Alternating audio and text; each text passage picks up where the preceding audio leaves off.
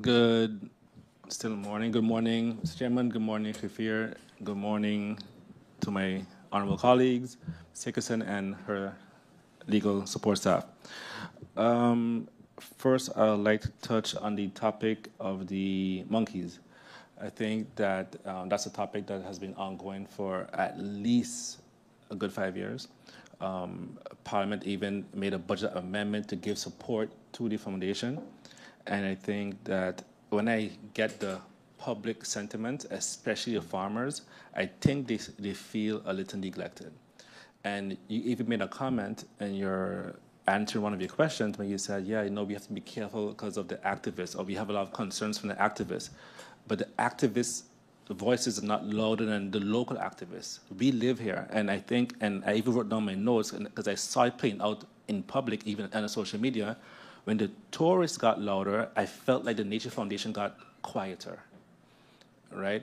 And I think that was an injustice to the work that Parliament put in and to the locals. And even coming back to it about the activists again, because I've also spoken, I spoke to Mr. Bear Voets, former colleague on the Nature Foundation. I spoke to persons in the Netherlands. I spoke to persons in Saba. I spoke to a lot of different persons in the field, and they told me, MP, it's an invasive species. If a rat comes into your house or a roach comes into your house, you're not going to treat it as if it's your pet, right? And that's what we're doing with the monkeys. We're treating monkeys as if it's our pets. And you also mentioned that you're looking at the effects of the monkeys on the bird species, but you don't have to go that far.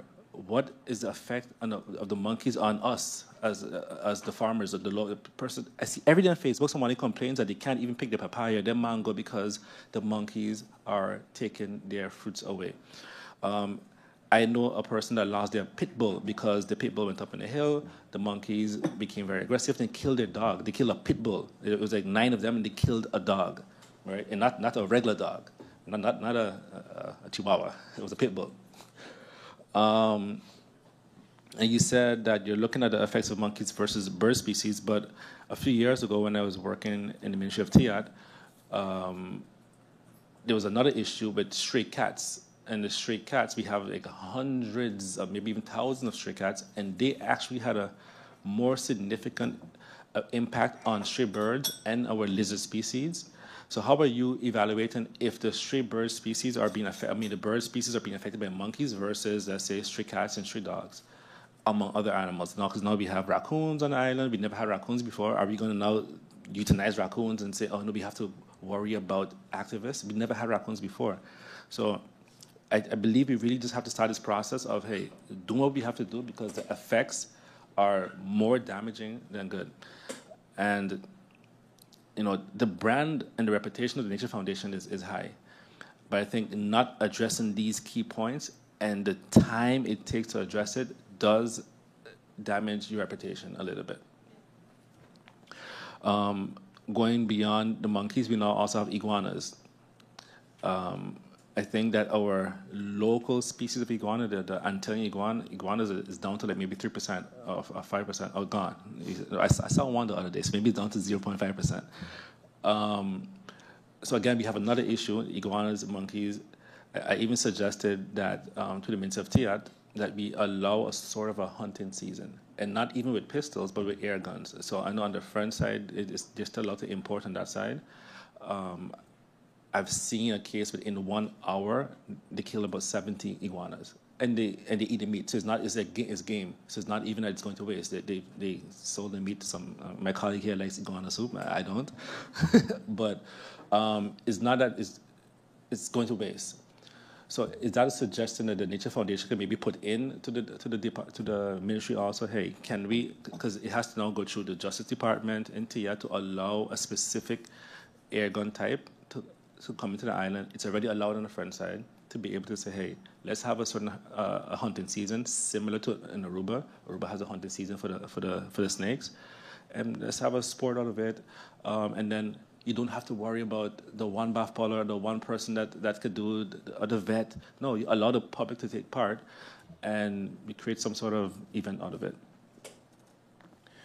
Another MP mentioned properties on the island, especially succession land, and I know their families are starting to get through with their succession land. I would also strongly advise on being able to have a proper advice on this in terms of what I don't want to see is that we have over the years the whole Pelican Key built up, and there's one type of person that gets to build a certain way, and then you have the others, that locals that have finally been able to exploit their property, and they're not allowed to. And if that's going to be the case, then we have to do something like in Aruba. In Aruba, the government says, hey, we're going to zone this property, but then you have to pay them out. So if you want to go on the lines and the government then has to find budget, then zone the hills. I have no problem with us saying that, listen, especially the Kobe Hill, I don't see us being, I mean, I would want to still build on the Kobe Hill, but you don't have to pay out the families that own the property. So then let's then look at budget, say, hey, let's create a fund that we can buy out all this land, zone it for the next 20 years, and next 20 years we can address it again and see if we allow construction to happen there. But we can't just have one area, nobody talks about it, the hill, and we could go through the list of all the hills that's allowed to happen. We could go Monte Vista, we could go Cloud Stage, we could go Pelican. There's only one specific area is allowed to build, right? But then where the local families, Dutch Quarter, Miller Ridge, and when they start to want to exploit, it becomes, oh no, issues and so forth. The lagoon, and you had a previous presentation, I believe, late last year. I think it was you and someone else that came regarding the lagoon. And I asked a question then, so I asked now for an update. Has there been any building permits, civil works permits, any type of permits requested for any kind of pier in the lagoon from Port Coquipelcoy side straight down to the Maho side? And what is your position on the development of the Porto Maho area? Because I realize, especially with this government, that they have a thing of looking back, but then with their vision going forward, they execute very similar items, and it seems as if donors get through and others don't. Let me say that. So what's your position on the development in the lagoon, in particular, around the Maho area?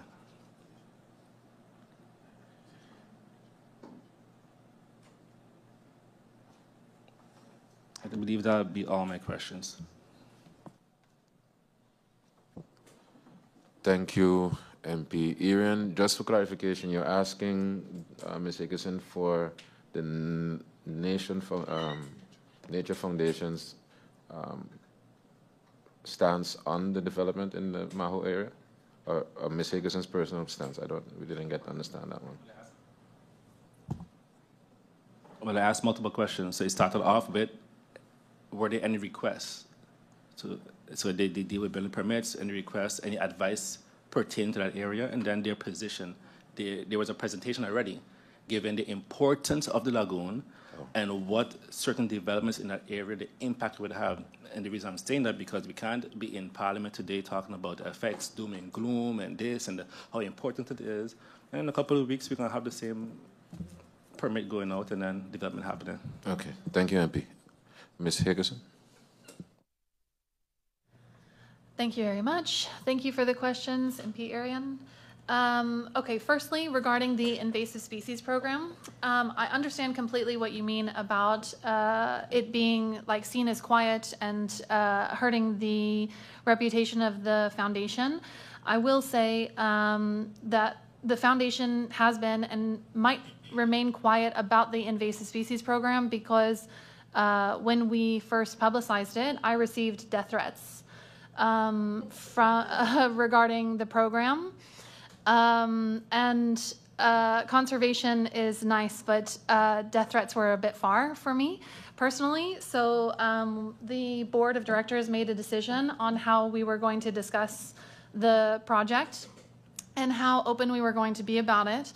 And that has also followed through to the point that we had somebody online offering to give anyone $1,000 if they would tell them which vet we were using to euthanize monkeys. Now, the the Nature Foundation reaches out to multiple vets. We are not like in a partnership with one particular individual, but anybody that got the label of the vet that does this has the potential of being impacted in their personal business. So that's another reason that we have not been as public about that particular program as the rest of our projects. But it doesn't mean that we've stopped the work. So we don't post and we don't talk very often about how much is going on or how many traps are out or what we're doing, but that the trapping is actively happening. And I think that we'll probably get quite a wave of negative. We were getting like phone calls and people screaming at us and things like that. That will probably happen just from this type of meeting, to be honest with you. So that's why we keep the publications kind of minimal. It is labor intensive and we only have one staff member dedicated towards it as well, full time. So it is definitely slow going. But the nest predation study is really interesting because it doesn't focus on just one invasive species. It looks at all of the species that impact native bird life.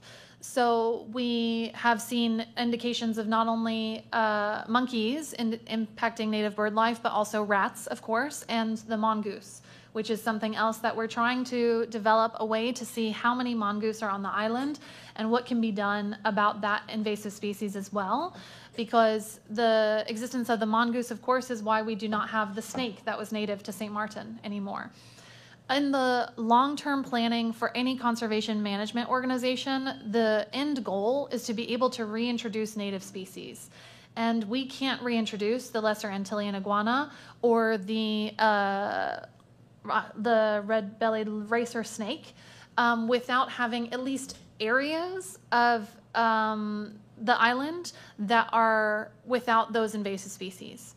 So we are definitely continuing. I agree. I mean, it's not a fun part of the job. People get into conservation and nature protection because they like nature, and that doesn't mean that all of a sudden I don't like a particular species. But this really is part of the job. I can't come in here and talk about conservation if we're not addressing invasive species as well. So we are definitely continuing that program. We're looking to bring over a trapper from St. Kitts to look into more effective trapping measures. We have had several meetings trying to collaborate with not only the French side of St. Martin to make sure that they have ongoing invasive species management, but also with Anguilla. We have a really deep connection with them and are trying to help them with their monkey problem now as well. And looking at other invasive species as a whole. I definitely support any action towards mitigating the green iguana. That is a really big issue for the island. It impacts not only other native species, but the mangrove species are directly impacted by the iguanas eating the leaves before they can establish themselves. So that's definitely something that we would like to look towards. But of course, the way that the program was handed down was to focus on the monkey species. So we're adding in these other projects and seeing what we can do, either area-based or population-based, as we get the trapping program still continuing on. No? For the hunting as well, at one point, previous foundation leaders looked into allowing some sort of hunting, even if it was like dedicated people for hunting of invasive species. And there wasn't a positive response at that time from the Ministry of Justice, simply regarding the issues regarding weapons licenses and having those on the Dutch side of St. Martin. So we would need to do that in close collaboration with the Ministry of Justice. And of course, several other islands have programs specifically focused at roaming dogs and cats and their impact to native species as well. Those come with their own issues. And of course, we do have several domestic animal organizations as well that could contribute to this, at least on a sterilization level, that currently are struggling for funding. Regarding the land succession and having a standard advice, I think that one of the biggest issues with the zoning issues and land succession and building rights is a lack of transparency and public participation needed for building permits and the lack of clarity regarding how any of that operates. Our main concerns are definitely major large-scale developments and not small residential buildings. Long-term, this causes urban sprawl, and that has already started happening. The lagoon continues to be filled in little by little. Everybody takes a little bit out at a time. And that's also an issue because it's underreported. But occasionally we will get a call, and when we go out there, there's people actually pouring concrete into the side of a coastline on the lagoon to try to extend the land a little bit there. For our position on the lagoon development, and particularly in the area of Kupakoi, Maho, Mullet, we have been requested to give advice regarding major developments in that area several times over the last few years, and our advice has been pretty standardly negative. Almost the entire coastline of the lagoon is already developed, and it is not developed for St. Martiners. It is developed for expats and large companies and businesses. There's very little benefit to a local St. Martiner regarding the lagoon development. And we need to keep in mind, of course, that there is a Ramsar protected area in the region. Mullet Pond is Ramsar protected. St. Martin is party to the Ramsar Treaty. It's stated in the Ramsar Treaty that we're supposed to only use that area for ecological beneficial activities. So you could have kayak tours there. You could have low impact snorkeling tours. But having tourists come through and flip their jet ski is not part of the Ramsar Treaty. And we need to have that be locally ratified, and so that it is enforceable for our separate enforcement agencies. The native seagrasses found in that area, and also the lack of development due to the fact that the golf course has been there so long, mean that it is in really good condition. And it's got a higher water quality than a lot of the lagoon, particularly the stagnant areas that were mentioned earlier. Also, the Kupakoi area, and especially the cliffs, have a unique geological formation and archaeological treasures that were destroyed in previous developments. So there was also a tropic bird colony that was lost from the area. That entire area needs to be zoned properly so that when you're making decisions regarding the development on it, we realize we are not losing everything in one signature. Again, we understand tourism is 80% of the economy. We know that we need tourists here to support St. Martiners so that we can thrive. But if you concrete everything, the tourists will stop coming as well. So we need to make intentional decisions surrounding those issues. And I think that specifically you mentioned piers in the lagoon.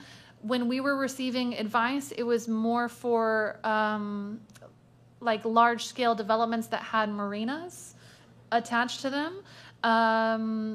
But it was a series of advice that we've given over a couple of years. It wasn't one specific recently that I can mention to. And also, to be honest, we discover a lot of permits after they've already been approved or are underway. So I'm not privy to everything. Thank you, Ms. Hickerson. I see that MP De Wever is next up.